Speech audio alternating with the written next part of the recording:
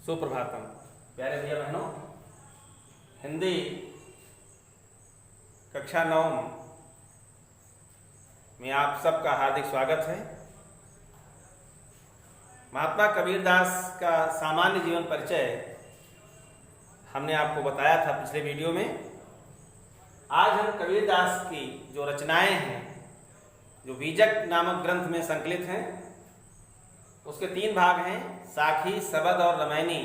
हमने आपको बताया था कि साखी ये साक्षी का तद्भव है, ये दोहा छंद में है। सबद गेय पद हैं कबीरदास जी के, और रामायणियाँ ये रहस्यवाद से संबंधित छंद हैं जो चौपाई छंद में लिखी गई हैं। तो साखी, सबद और रामायणी, इन 3 में से आज हम कबीरदास जी की जो प्रमुख साखियां हैं आपके पाठ्यक्रम में, उनके बारे में चर्चा करेंगे। तो पहली साखी है, सतगुर हम सूरीझ कर एक कहा प्रसंग, बरस्या बादल प्रेम का भीज गया सब अंग। प्यारे भैया बहनों, इस साखी में कबीरदास जी ने अपने सच्चे गुरु की महिमा का वर्णन किया है।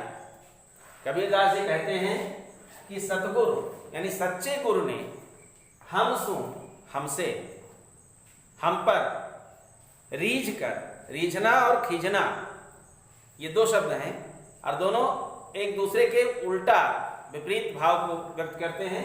तो रीझना का अर्थ होता है प्रसन्न होना।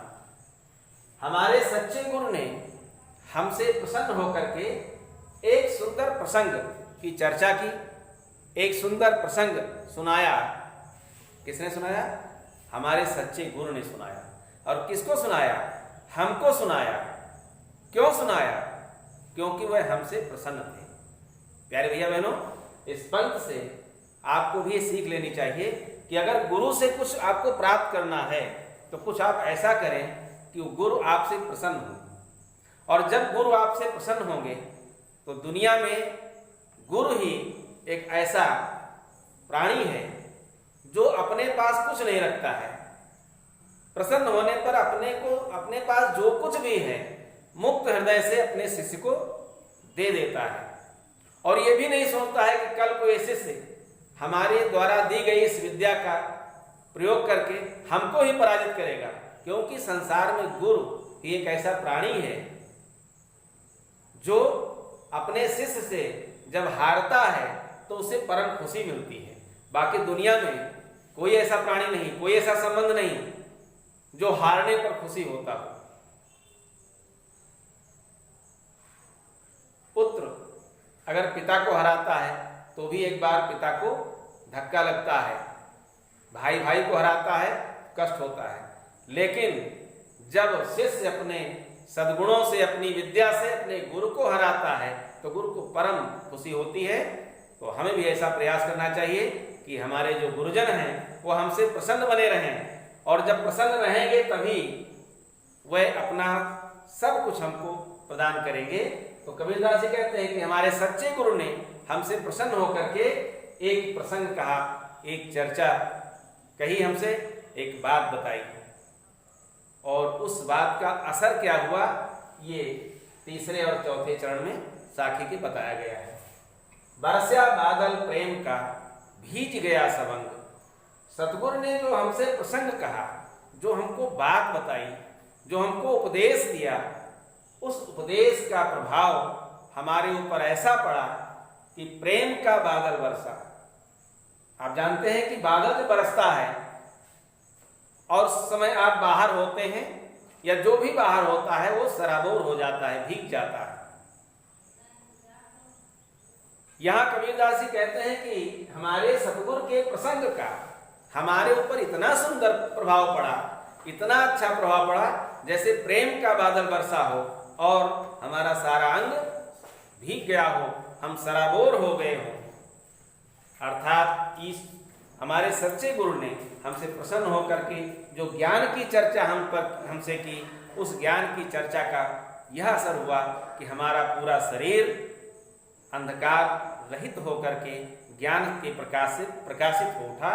ये प्रेम के बादल कि बरसने और शरीर के अंग सभी भीगने का भाव यही है। तो प्यारे भैया बहनों, अब अगर हम इसको देखते हैं तो जब इसकी व्याख्या लिखते हैं तो सबसे पहले संदर्भ लिखते हैं। संदर्भ लिखते समय आप ध्यान रखिए, आप जो कुछ भी लिख रहे हैं उसमें दो बातें मत भूलिए कि जिसका संदर्भ लिख रहे हैं वो किसने लिखा है और किस ग्रंथ में लिखा है। तो लेखक और उसके ग्रंथ को लिखना मत भूलें, और थोड़ा सा और अगर बढ़ा करके लिखेंगे तो आपका संदर्भ बढ़िया होगा। आप ऐसे भी लिख सकते हैं कि प्रस्तुत साखी कबीरदास द्वारा रचित बीजक काव्य संग्रह से ली गई है, जो हमारी पाठ्यपुस्तक में अवतरित है। यही रेडीमेड संदर्भ लिखते हैं लोग, लेकिन जब आप इसको ऐसे लिखेंगे संदर्भ में कि प्रस्तुत साखी भक्ति काल की निर्गुण काव्य धारा के ज्ञान मार्गी शाखा के स्तंभ कवि महात्मा सूरदास द्वारा रचित प्रमुख ग्रंथ बीजक से अवतरित है, जो हमारी पाठ्यपुस्तक हिंदी कक्षा 9वीं में संकलित है, तो थोड़ा आपका अच्छा लगेगा और उसका प्रभाव बढ़िया पड़ेगा, आपको मार्क्स भी अच्छे मिलेंगे। फिर आप प्रसंग लिखेंगे कि प्रस्तुत साखी में महात्मा कबीरदास जी ने गुरु की महिमा का बखान किया है और बताया है कि गुरु की कृपा से ही ज्ञान की प्राप्ति होती है। फिर आप व्याख्या हमने आपको जो बताई है उस व्याख्या को लिखेंगे, और व्याख्या के लिखने के पश्चात आता है काव्यगत सौंदर्य। 8 अंक का एक आता है आपको लिखने के लिए, 2 रहेंगे, 2 में से 1 को लिखना रहेगा और 8 अंक रहेंगे। उसमें कहता है कि संदर्भ प्रसंग सहित व्याख्या करते हुए काव्यगत सौंदर्य लिखिए। तो प्यारे बच्चों, उसमें 2 अंक का आपका संदर्भ प्रसंग होता है, 1 अंक का संदर्भ, 1 अंक का प्रसंग होता है। 4 अंक व्याख्या के लिए होते हैं और जो 2 अंक होते हैं वो काव्यगत सौंदर्य के लिए होते हैं। यदि आप काव्यगत सौंदर्य नहीं लिखते हैं तो आपका 2 अंक कम हो जाएगा और आपका मूल्यांकन 6 अंकों में होगा। यदि आप संदर्भ लिख देते हैं, प्रसंग लिखना भूल जाते हैं, तो आपका 1 अंक और कट जाएगा, फिर आपका 5 अंक का बचेगा उत्तर, और 5 अंक में आपका मूल्यांकन किया जाएगा। फिर आप कहेंगे हमने तो लिखा है और हमको अंक कम मिले हैं। तो जब आप सावधानी रखेंगे और पूरी व्याख्या लिखेंगे, उसके चारों चरण स्पष्ट करते हुए लिखेंगे, तो आपको अच्छे अंक मिलेंगे। तो आइए देखें इसके काव्यगत सौंदर्य में क्या क्या हम लिखते हैं। तो एक तो हम इसकी भाषा लिखते हैं कि भाषा कौन सी है। तो आप सभी जानते हैं, मैंने आपको बताया भी है कि कबीरदास जी की भाषा सधुक्कड़ी है, जिसको आचार्य रामचंद्र शुक्ल ने पंचमेल खिचड़ी कहा है। तो आप भाषा में सधुक्कड़ी भाषा लिखेंगे। फिर शैली, तो आप जानते हैं कि ये जो मुक्तक है, एक ही साखी में पूरा भाव निहित है। इस साखी के भाव को समझने के लिए कहीं आगे पीछे की जरूरत नहीं है, अर्थात ये मुक्तक काव्य है तो मुक्तक शैली है, और इसको जो कि गा करके पढ़ सकते हैं इसलिए गेय शैली लिखेंगे। तो मुक्तक गेय शैली लिखेंगे, ठीक है ना।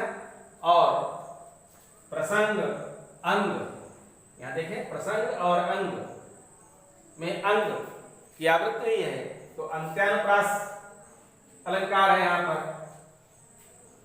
एक कहा क का की आवृत्ति है, यहां पर भी अनुप्रास है।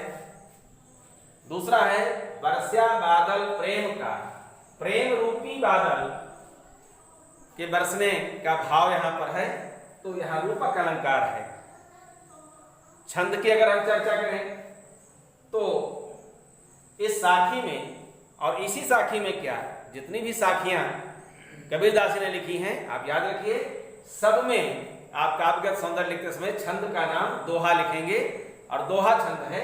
आप देखिए पहले और तीसरे में 13-13 मात्राएं हैं, दूसरे और चौथे में 11-11 मात्राएं हैं।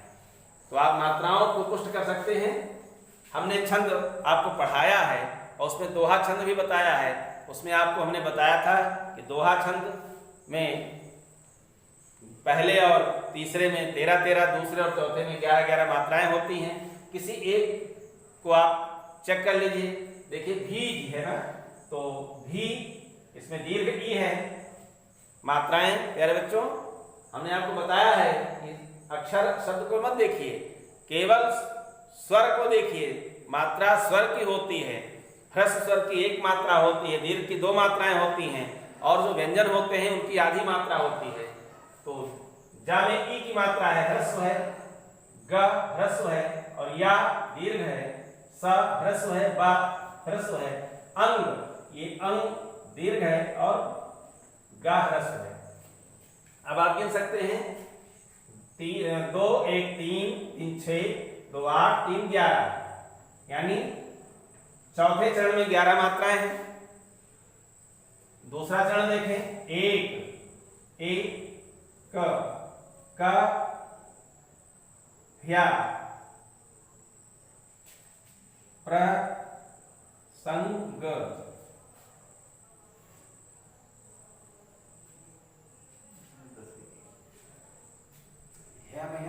एक मिनट कह्या, ये जो आधा है था, इसके पहले का वर्ण दीर्घ हो जाएगा, यानी आधी मात्रा इसकी इसको मिल जाएगी तो 1.5 मात्राएं हो जाएंगी। 1.5 के लिए कोई चिन्ह नहीं है तो दीर्घ हो जाएगा। अभी देखिए 11 मात्राएं हैं इसकी। ऐसे अगर हम पहले पद को देखें, पहले चरण को, तो स त गु रु ह म सु, यहां दीर्घ उ है इसलिए दीर्घ होगा। अगर केवल चंद्रबिंदु होता तो चंद्रबिंदु की एक ही मात्रा होती है, दीर्घ नहीं होता है। रीझ करी, कितने हो गए?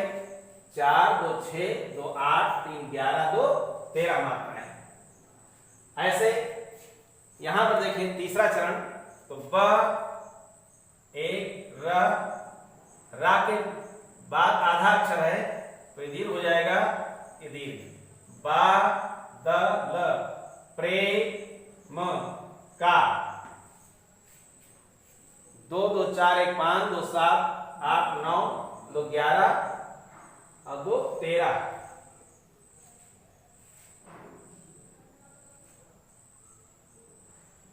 दो 2 4 1 5 6 7 2 9 5 14 नहीं, वर्षा रा पर जोर नहीं पड़ रहा है, 13 मात्रा है। एक और चीज है, दोहा केवल इतने से पूरा नहीं होता है कि 13 मात्राओं का क्रम मिल जाए, 4 चरण मिल जाए तो दोहा हो जाएगा। इसके अलावा भी कुछ है। इसके पहले और तीसरे, ये पहला और तीसरा जो चरण है, इसके आदि में जगड़ नहीं होता है, और जगड़ के लिए जभान है ना, ह्रस्व दीर्घ ह्रस्व, ये चिन्हों का क्रम नहीं होता है। तो आइए देखिए, इसमें देखें, ह्रस्व के बाद ह्रस्व है, दीर्घ नहीं है, ह्रस्व के बाद ह्रस्व दीर्घ नहीं है, यानी जगड़ नहीं है आदि में। पहले और तीसरे चरण के आदि में जगड़ नहीं है। एक और बात होती है दोहे में, जिसको हम निकाल देते हैं ध्यान से, जो अंत में है, दूसरे और चौथे चरण के अंत में लघु होता है, लघु वर्ण होता है, कभी दीर्घ वर्ण नहीं होता है। तो यहां भी लघु है और यहां भी लघु है। तो इस प्रकार से दोहा छंद है। फिर से एक बार देख लें, छंद लिखेंगे तो दोहा छंद लिखेंगे, रस लिखेंगे तो इसमें शांत रस है, गुरु महिमा का वर्णन किया गया है, कोई उत्तेजना नहीं है, कोई क्रोध का भाव नहीं है, कोई घृणा का भाव नहीं है, मन शांत है, शांत रस है इसमें। और जहां शांत रस होता है वहां प्राय प्रसाद गुण होता है, तो गुण लिखेंगे, प्रसाद गुण। अलंकारों में आपको हमने बताया कि अंत्यानुप्रास तो आप हर जगह पा जाएंगे, और अनुप्रास है बादल प्रेम का, प्रेम रूपी बादल के बरसने का भाव यहां पर है, तो रूपक अलंकार है। शब्द शक्तियों को देखेंगे तो सीधी बात कही गई है, हर शब्द का सीधा अर्थ निकल रहा है। तो अभिधा शब्द शक्ति मुख्यता है, और लक्षणा का भी पुट है। यहाँ प्रेम का बादल बरसने से और शरीर के अंग भीगने का भाव थोड़ा लक्षणा से स्पष्ट हो रहा है, तो अभिधा और लक्षणा शब्द शक्तियां लिखेंगे। इस प्रकार से आपका जब ये इस साखी का उसकी व्याख्या लिखेंगे और इन चरणों को ध्यान में रखते हुए लिखेंगे तो आपकी साखी और आपकी व्याख्या बहुत अच्छी मानी जाएगी। प्यारे भैया बहनों, अगली साखी हम देखते हैं। राम नाम के पट तरे देवे को कचुनाहि, क्या लय गुरु संतोष ये हंस रही मनमाहि। कबीरदास जी कहते हैं कि हमारे सतगुरु ने हमसे जो हम पर कृपा करके, हम पर खुश होकर के जो हमें राम नाम का अमृत वचन रूपी उपदेश दिया, उस गुरु के उपदेश, गुरु के ज्ञान के एवज में, उसके बदले देने के लिए हमारे पास कुछ भी नहीं है। इस संसार में कोई वस्तु कबीर को ऐसी नहीं दिखती है जो गुरु के द्वारा दिए गए ज्ञान के बदले में गुरुदक्षिणा में दे करके वो अपने को संतुष्ट करें। तो संसार में ज्ञान के सदृश कोई वस्तु होती भी नहीं है। तो राम नाम के पढ़ते, राम नाम के समान, राम नाम के तुलना में जो गुरु ने हमको राम नाम का अमृत उपदेश दिया है, उसकी तुलना में गुरु को देने के लिए हमारे पास कुछ नहीं है। मैं क्या इस संसार की कौन सी वस्तु लेकर के, क्या ले गुरु संतोषिए, कौन सी वस्तु लेकर के हम अपने गुरु के श्री चरणों में समर्पित कर दें, जिससे हमारे गुरु प्रसन्न हो जाएं और अधिक प्रसन्न हो जाएं।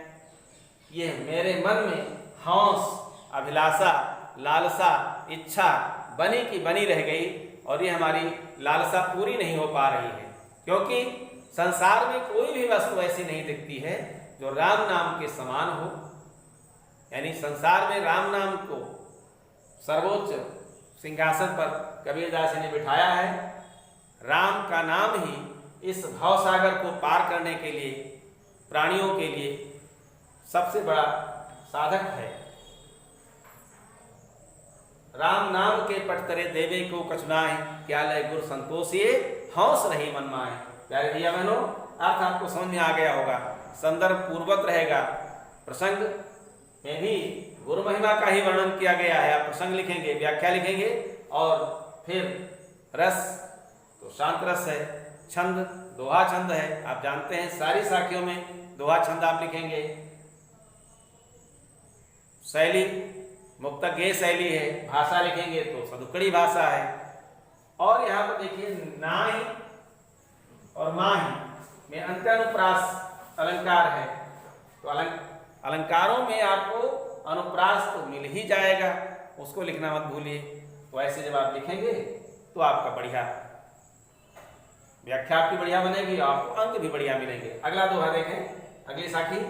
ज्ञान प्रकाश्या गुरु मिला, सो जिन विसर जाए, जब गोविंद कृपा करी तब गुरु मिलिया आए। ज्ञान प्रकाश्या गुरु मिला, सो जिन विसर जाए। कबीरदास जी कहते हैं कि ज्ञान को प्रकाशित करने वाला गुरु प्राप्त हो गया है, सतगुरु की प्राप्ति हो गई है। वो कहीं भूला न जाए, कहीं हम उनको भूल न जाएं, इसका हमें बहुत ही ध्यान रखना चाहिए। प्यारे भैया बहनों, गुरु कैसा होता है?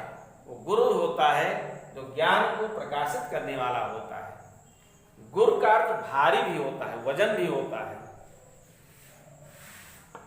गुरु अपने शिष्य के हृदय में व्याप्त अज्ञान के अंधकार को बाहर निकालता है और उसके अंदर ज्ञान का प्रकाश करता है। तो ज्ञान को प्रकाशित करने वाला गुरु मिल गया है, उसे भुलाना नहीं चाहिए।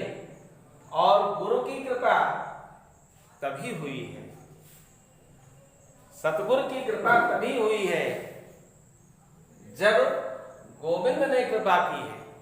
जब गोविंद कृपा करी तब गुरु मिलिया आए। ऐसे गुरु के दर्शन नहीं हुए हैं, गुरु की कृपा ऐसे नहीं हुई है। गुरु की कृपा की प्राप्ति गोविंद की कृपा से हुई है, ईश्वर की कृपा से हुई है। गोस्वामी तुलसीदास ने भी लिखा है कि बिनु सत्संग विवेक न होई, और राम कृपा बिनु सुलभ न सोई। बिना सत्संग के, बिना सज्जनों की संगत के विवेक नहीं होता है, विवेक जागृत नहीं होता है। और सज्जनों की संगत ऐसे वैसे नहीं मिलती है। सज्जनों की संगत तभी मिलती है जब ईश्वर की बहुत बड़ी कृपा होती है, तभी सज्जनों का साथ मिलता है। और जब सज्जनों का साथ मिलता है तो विवेक की जागृति होती है, ज्ञान का प्रकाश फैलता है। वही कबीरदास जी कहते हैं कि ज्ञान को प्रकाशित करने वाला गुरु प्राप्त हो गया है, सतगुरु की प्राप्ति हो गई है। हमें प्रयत्न पूर्वक उन्हें अपने पास ही रखना चाहिए और उन्हें भुलाना नहीं चाहिए। और ये सतगुरु की प्राप्ति ऐसे वैसे नहीं हुई है, ये गोविंद की कृपा से ही सतगुरु की प्राप्ति हुई है। और जब गोविंद ने कृपा की है, जब ईश्वर ने कृपा की है, तो हमें सच्चे गुरु की प्राप्ति हुई है। और सच्चे गुरु के कारण ही, उनके संगत के कारण ही ज्ञान का प्रकाश हमें प्राप्त हुआ है। प्यारे भैया बहनों, आज के इस वेला में इन 3 साखियों का अध्ययन हम सब ने किया है। इन तीनों साखियों की व्याख्या आप लिखेंगे और देखेंगे। फिर कहीं अगर आपको दिक्कत होती है तो आप हमको व्हाट्सएप के माध्यम से सूचित करेंगे। आज बस इतना ही, शेष फिर मिलेंगे अगले दिन अगले वीडियो के साथ। तब तक के लिए धन्यवाद।